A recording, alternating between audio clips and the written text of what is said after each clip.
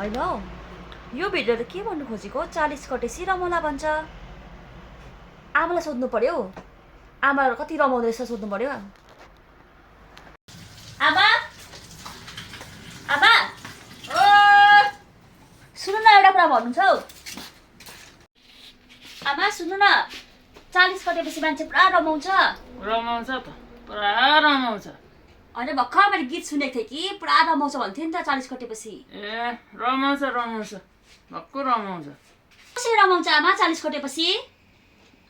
40 कटेपछि यस्तो खानु पाउँछ, यस्तो खानु पाउँछ, अझै भएन यस्तोहरू पनि खानु पाउँछ यीहरू हो। 40 कटेपछि यस्तो नि सबै खानु पाउँछ अनि पो रमाउँछ त। सबै खानु पाउँछ अनि पो रमाउँछ त।